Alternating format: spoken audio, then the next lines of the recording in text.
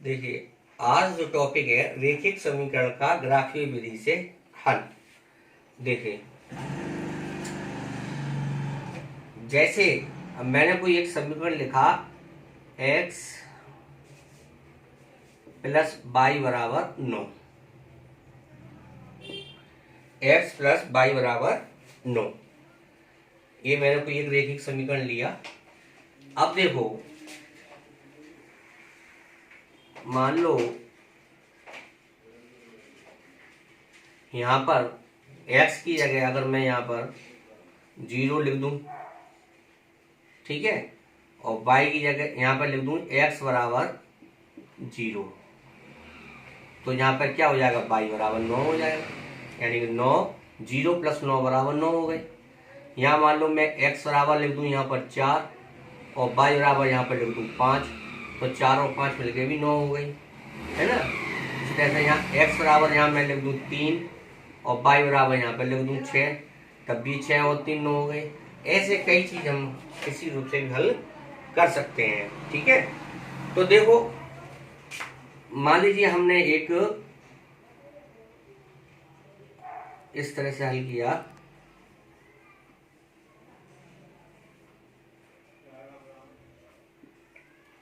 यहाँ y की value लिखी और यहाँ x की वैल्यू लिखी, ठीक है। तो y और x की वैल्यू में हमने ग्राफ विधि से अगर हम हल कर रहे हैं तो हमने मान लीजिए यहाँ पर y की वैल्यू अगर हम यहाँ पर 0 लिख दें तो या x की वैल्यू, y की वैल्यू हमने 9 लिखी तो x की वैल्यू कितनी हो गई, 0 हो गई, है ना। अगर हमने x की वैल्यू 4 लिखी, यानी कि y की वैल्यू 4 लिखी और y और x की वैल्यू तो 5 हो जाती है ना। तो 4 और 5। अब इसी में का अगर हमें एक ग्राफ बनाना है तो इस तरह से हम ये ग्राफ बनाकर दिखा सकते हैं कि देखिए, पहले क्या है 0,9, यानी कि x की वैल्यू यहाँ पर कितनी है, 0 है, ठीक है। x की वैल्यू कितनी है, 0, और y की वैल्यू यहाँ कितनी है, 9, तो यहाँ पर लिखा 0,9, ठीक है। इसी तरह से x की वैल्यू हमारी यहाँ पर कितनी है, 5 है ना। या हमने यहाँ पर अब जैसे हमने ये ग्राफ ऑलरेडी हमने यहाँ बना दिया है, तो हमने यहाँ पर x की वैल्यू हम यहाँ 4 लिख देते हैं अब, और y की वैल्यू हमने यहाँ मान लीजिए 5 लिख दी, ठीक है। y की वैल्यू हमने 5 लिख दी और x की वैल्यू हमने यहाँ 4 लिख दी, ठीक है। तो वो भी है, देखो x क्या है, यहाँ पर 4 है और y यहाँ पर कितना है, 5 है। अब हमने यहाँ पर इस ग्राफ में एक चीज फोकस करने वाली बात है, वो आपको ये है, अगर हम x की वैल्यू 8 लिख दें तो y की वैल्यू 1 होती है, तो 8 और 1 मिलके कितने होते हैं, 9 होते हैं, है ना। इसी तरह से अगर हम x की वैल्यू, यानी कि यहाँ इस पॉइंट्स पर काट रही है, x की वैल्यू अगर हम यहाँ 7 लिख दें तो y की वैल्यू कितनी है, 2 हो गई। इसी तरह से इस पॉइंट्स पे अगर हम देखें, x की वैल्यू अगर हम 6 करते हैं तो y की वैल्यू यहाँ कितनी हो जाती है, 3 हो जाती है। इसी तरह से x की वैल्यू यहाँ पर अगर हम 4 करते हैं तो y की वैल्यू कितनी हो जाती है, 5। इसी तरह से इस पॉइंट्स पे अगर हम देखते हैं तो x की वैल्यू अगर 3 है तो y की वैल्यू कितनी है, 6। इसी तरह से यहाँ x की वैल्यू यहाँ पर कितनी है, 7, तो y की वैल्यू, वो x की वैल्यू कितनी है, 2, तो y की वैल्यू कितनी है, 7। इस तरह से हमने यहाँ देखा x प्लस वाई बराबर 9 के कई हल होते निकलते आते हैं, है ना। कई हल होकर निकल रहे हैं। तो ये आपका, इसी तरह से हम ग्राफीय विधि से अब हम रेखिक समीकरण युग्म का हल करेंगे। क्या करेंगे, रेखिक समीकरण युग्म के युग्मों का हल ग्राफीय विधि से हम इसे समझेंगे। देखिए इसको,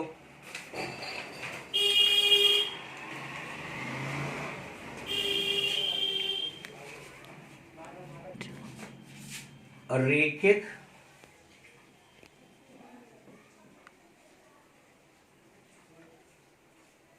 समीकरण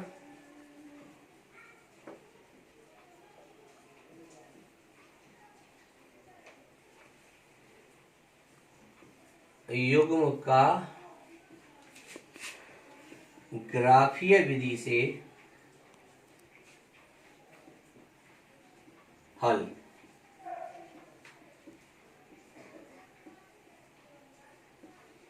देखिए इसको देखो कैसे हल करते हैं। अब इसी का हमने अभी, अब आपको हम ग्राफ दिखा रहे हैं। अभी इसका ग्राफ अभी दिखाते हैं। तो इसका ग्राफ अभी इसमें अगर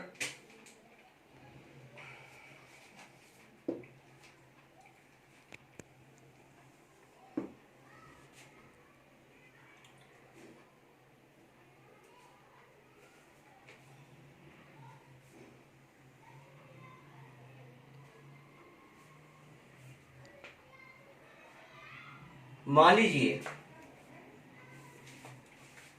इस बिंदु पर ये दो रेखाएं एक दूसरे को प्रतिच्छेद कर रही हैं।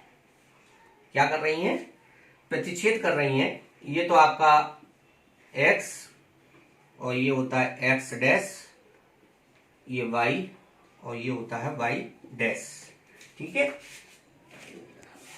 ये यहां पर क्या कर रही हैं? प्रतिच्छेद कर रही हैं। ठीक है, तो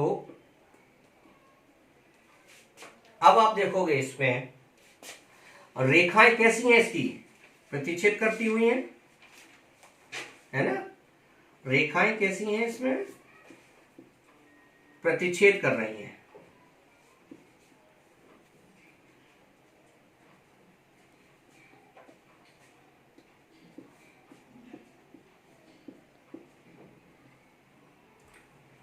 और इनका हल क्या होगा? हल होगा अद्वितीय हल। अद्वितीय हल, है ना। कैसा हल होगा? अद्वितीय हल होगा। रेखाएं कैसी कर रहे हैं? इसका प्रतिच्छेद कर रहे हैं। और जो समीकरण होंगे दो हमारे, वो कैसे होंगे? उन समीकरण युग्म का हल क्या होगा? वो होगा आपका संगत। क्या होगा? संगत।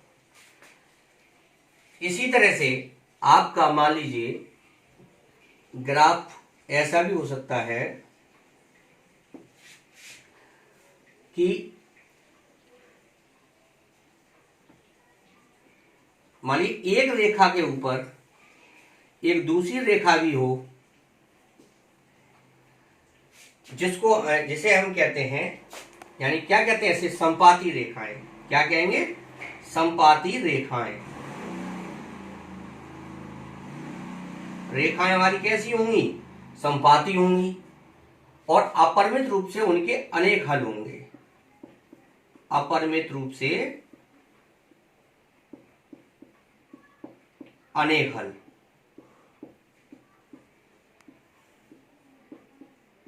क्यों होंगे अनेक हल? अब मान लीजिए कोई बिंदु पॉइंट यहां पर है, या कोई यहां पर है, कोई यहां पर है, इस तरह से कई हल हो सकते हैं। और समीकरण युग्म का हल क्या होगा? वो होगा हमारा संगत होगा। कैसा होगा? संगत होगा। इसी क्रम में अगर मान लो हमारा कोई ग्राफ इस तरह से हो कि ये हो आपका, ये तो हमारा x है ही, और ये मैंने लिखा नहीं है, आप इतना तो जानते ही हो, y, और ये है हमारा y डैश। ठीक है, अगर मान लो ग्राफ हमारा इस तरह से कंडीशन में हो, यानी रेखाएं हमारी कैसी होंगी? समांतर रेखाएं होंगी। कैसी होंगी? समांतर रेखाएं।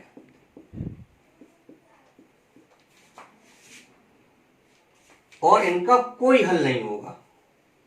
कोई हल नहीं होगा। और समीकरण युग्म कैसे होंगे? असंगत। अब मैं एक बार आपको दोबारा बता रहा हूं। देखिए पहले ग्राफ, पहली कंडीशन से लेके चलते हैं कि अब जैसे रेखाएं हमारी कैसी हैं? प्रतिच्छेद कर रही हैं। अब स्वाभाविक बात है, यहाँ पे कोई मान लो, यहाँ कोई बिंदु, यहाँ मान लीजिए यहाँ 6 हो, यहाँ 7 हो, इस तरह से हो, तो ये एक ही तो बिंदु पर प्रतिच्छेद कर रही हैं। तो हल क्या होगा? एक अद्वितीय हल होगा। क्या होगा? एक अद्वितीय हल होगा।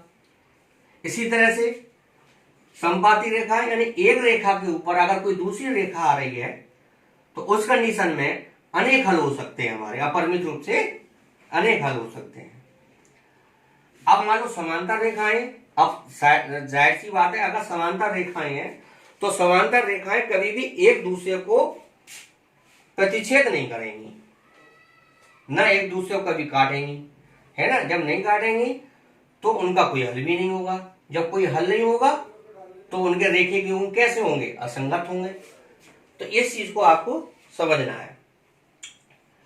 अब इसी में हम आपको अब आगे ये बताएंगे कि बिना ग्राफ के हम कैसे पहचानेंगे कि इनका हल होगा या नहीं होगा, रेखाएं प्रतिच्छेद करेंगी या नहीं करेंगी, संपाती होंगी या नहीं होंगी, ये सब हम आपको बताएंगे। बिना ग्राफ के हम कैसे पहचानेंगे, डायरेक्ट अगर हम करना चाहें तो कैसे करेंगे।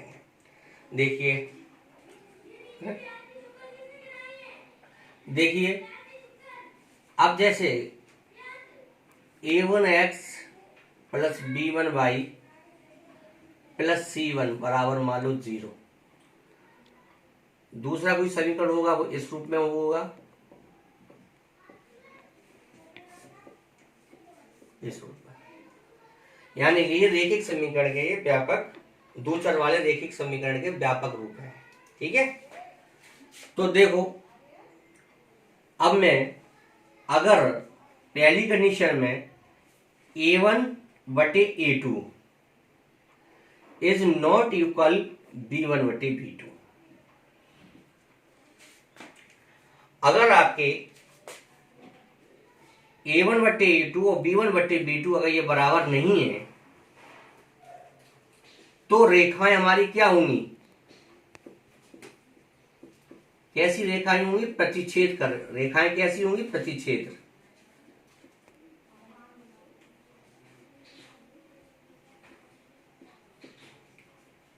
कैसी रेखाएं होंगी, प्रतिच्छेद रेखाएं होंगी, रेखाएं प्रतिच्छेद होंगी, है ना।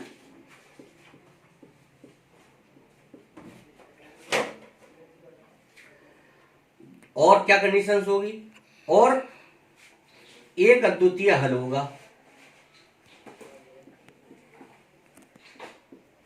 हल कैसा होगा, एक अद्वितीय हल। और समीकरण युग्म कैसे होंगे हमारे, संगत। समीकरण युग्म क्या होंगे हमारे, संगत होंगे।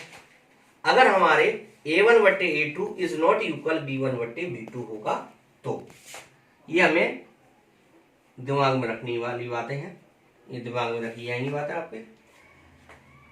दूसरी कंडीशन में मान लो a1 बट्टे a2 बराबर b1 बट्टे b2 और बराबर c1 बट्टे c2। अगर हमारी ये तीनों अनुपात अगर बराबर में हैं तो रेखाएं हमारी कैसी होंगी, संपाती होंगी। रेखाएं कैसी होंगी, संपाती।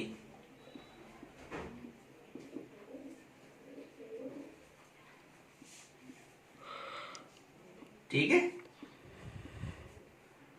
और अपरिमित रूप से अनेक हल होंगे।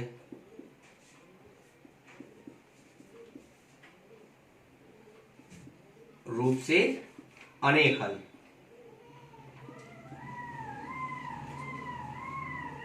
ठीक है। और समीकरण युग्म कैसे होंगे, संगत।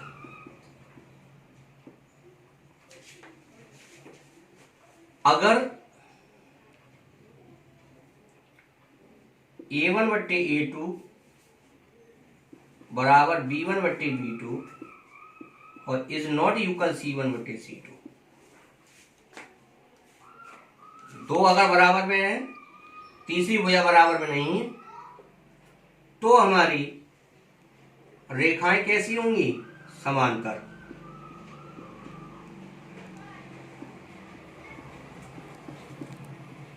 रेखाएं क्या होंगी, समांतर होंगी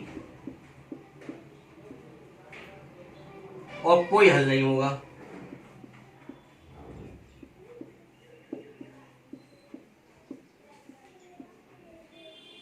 और समीकरण युग्म क्या होंगे, असंगत। क्या होंगे, असंगत। यानी कि आपको ये बात समझनी है संगत और असंगत में क्या डिफरेंस है। देखिए संगत का अर्थ है कि कोई भी समीकरण का चाहे एक हल हो चाहे अपरिमित रूप से अनेक हल हो, वो सब क्या कहलाते हैं, संगत। और अगर कोई हल नहीं होता उन समीकरण का तो वो क्या कहलाते हैं, हमारे असंगत। ठीक है, तो ये आपकी बेसिक चीज नहीं कि ग्राफ किस तरह से हम समीकरण को अब हल करेंगे। अब हम एक्सरसाइज शुरू करते हैं।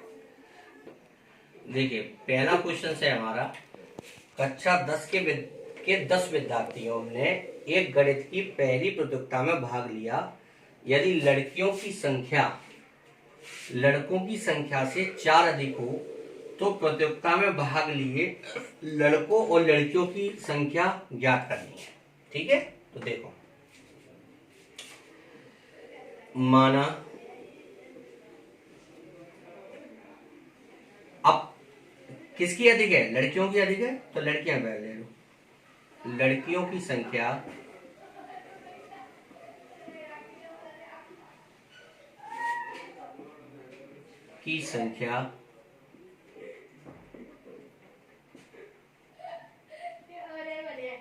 बराबर x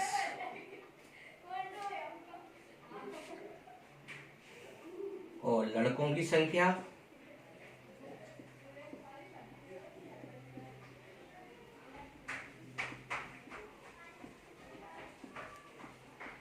हमने मान ली 22। ठीक है, यानी कि लड़कियों की संख्या x और लड़कों की संख्या मान ली हमने यहाँ 22। अब देखिए प्रथम शर्त के अनुसार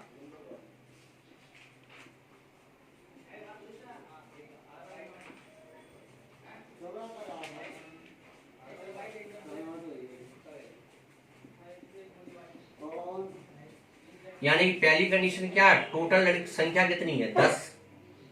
तो x प्लस वाई बराबर 10, समीकरण हो गया 1।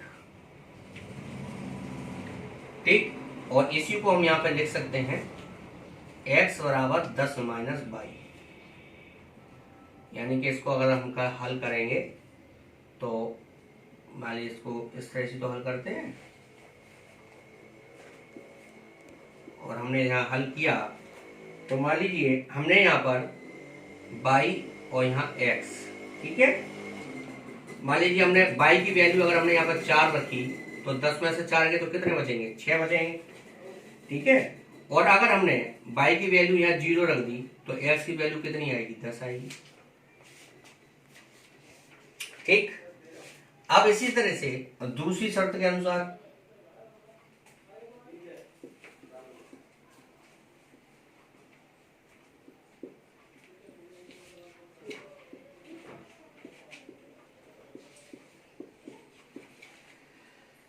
कि लड़कियों की संख्या लड़कों की संख्या से कितने अधिक है, 4। तो यानी क्या हो गया, x माइनस वाई बराबर 4, समीकरण हो गया 2। ठीक है, अब इसको भी हल कर लो, x बाई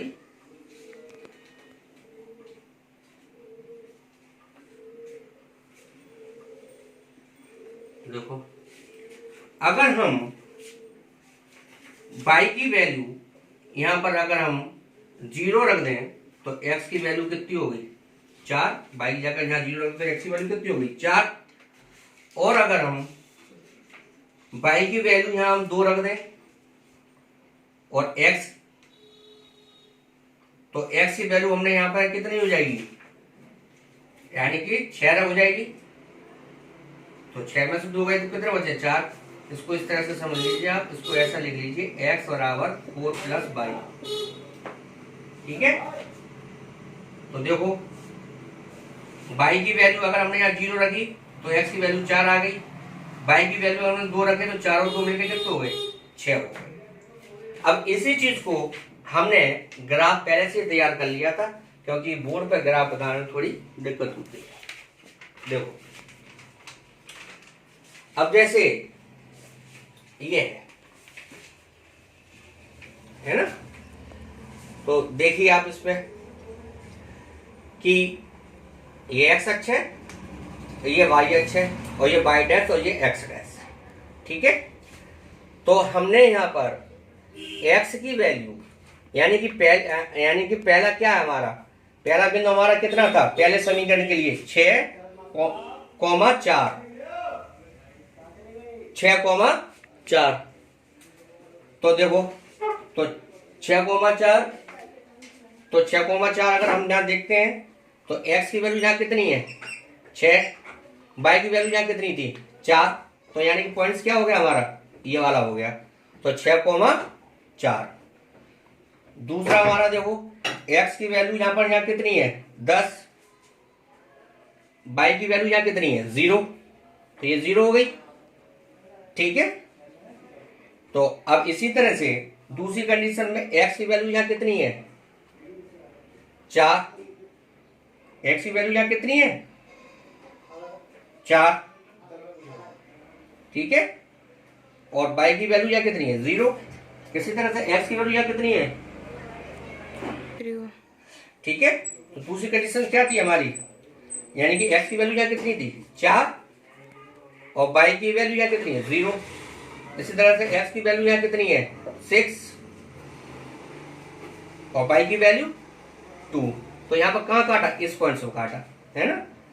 अगर हम इन दोनों को जब हल किया तो देखो इस पॉइंट्स पर ये दोनों रेखाएं हमारी क्या कर रही हैं, प्रतिच्छेद कर रही हैं। जब ये रेखा प्रतिच्छेद कर रही हैं तो इसमें क्या हुआ, यानी कि यहां से हमने लाइन एक खींची तो ये तो एक y की वैल्यू निकल के आई, और जो लाइन नीचे खींची गई है वो हमारी x की वैल्यू निकल के आई। यानी कि लड़कियों की संख्या x थी तो x बराबर यहाँ कितना निकल के आया 7, और यहाँ लड़कों की संख्या यहाँ कितनी निकल के आई 3, तो ये 3 पर काट रही है। तो इस तरह से x बराबर 7 और y बराबर 3 हुआ। अब देखिए, अब पूरा ऐसे देख लीजिए, तो अब देखो x बराबर हमारा 7 आया हल करके। अगर हम x की वैल्यू यहाँ x पे हम 7 कर दें और y की वैल्यू यहाँ हम 3 लिख दें तो 7 और 3 मिलके कितने होते हैं 10, यानी सेटिस्फाई कर रहा है इसको समीकरण को। अब इसी तरह से x की वैल्यू अगर हम यहाँ आपके 7 रख दें और y की वैल्यू यहाँ 3 रख दें तो 7 में से 3 गए तो कितने बचते हैं 4। तो इसका मतलब ये हुआ कि हमारा ये ग्राफ से, जो ग्राफी विधि से हमने ये क्वेश्चन सॉल्व किया है तो वो हमारा बिल्कुल ठीक हुआ है। ठीक है, तो इस पे हम ध्यान देंगे, जो भी सवाल होंगे वो इसी विधि से करेंगे। पहला दूसरा, इसी में का जो दूसरा क्वेश्चन है वो आप अपने आप कराएंगे क्योंकि दोनों सवाल एक से ही हैं। ठीक है, दूसरा क्वेश्चन है, अनुपात दिए हैं a1/a2, b1/b2 और c1/c2 की तुलना कर हमें ये ज्ञात करना है कि निम्न समीकरण युग्म द्वारा निरूपित रेखाएं एक बिंदु पर प्रतिच्छेद करती हैं या समांतर है या समपाती हैं। तो जैसे मैंने पहले बताया था, अब सबसे पहले तो आप देखिए, चलो पहला ही सॉल्व करते हैं,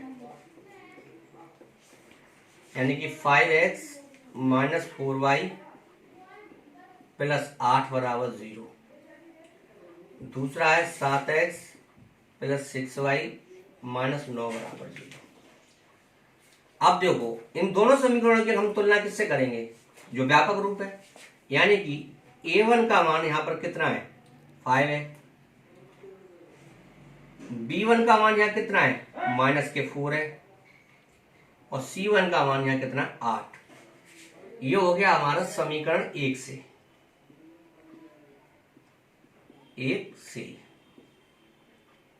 इसे 1 मान लो, इसे 2। अब इसी तरह से a2 बराबर यहां कितना है 7, b2 बराबर 6 और c2 बराबर 9 माइनस के। ये हो गया समीकरण 2 से। ठीक, तो देखो a1/, अगर हम ये तुलना करें, क्योंकि क्या तुलना करनी थी हमें, 5/7 आ गया। अच्छा, अब b1/b2,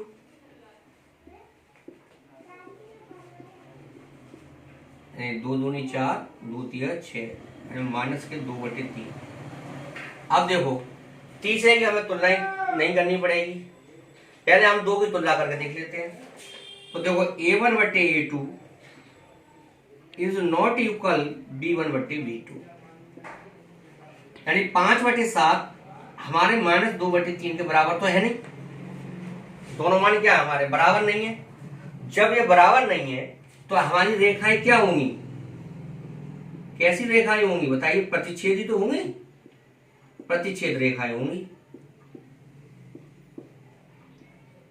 कैसी रेखाएं होंगी, प्रतिच्छेद रेखाएं होंगी। हमें क्या निकालना था, हमें यही तो निकालना है कि प्रतिच्छेद करती हैं या समांतर है या अथवा समपाती हैं। तो इसमें रेखाएं क्या करती हैं, यानी प्रतिच्छेद रेखाएं हैं। कैसी रेखाएं हैं, प्रतिच्छेद रेखाएं हैं पहले क्वेश्चन में।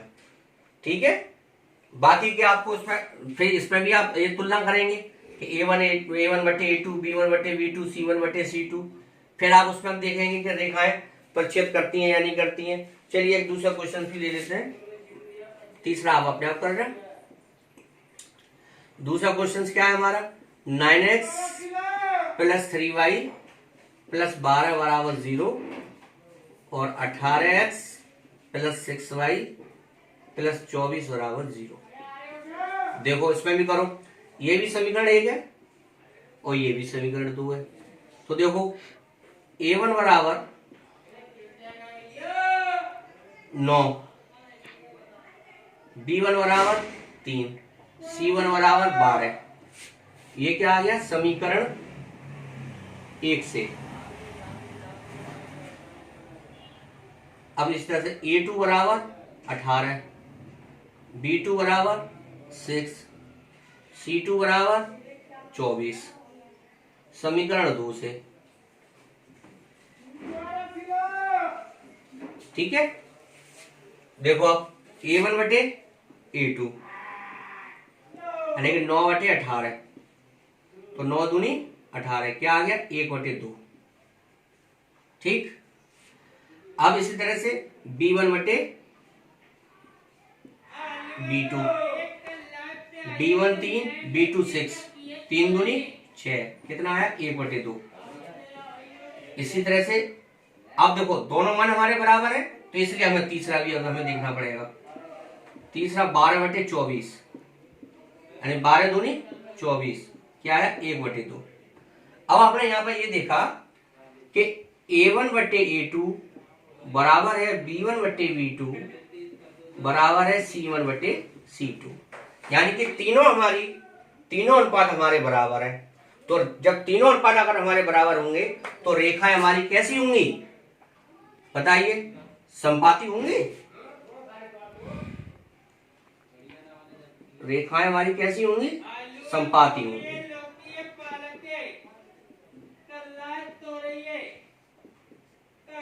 है ना, तो इस तरह से। और अगर हमारी दो बराबर होती, तीसरी बराबर नहीं होती, तो रेखाएं कैसी होती, समांतर होती।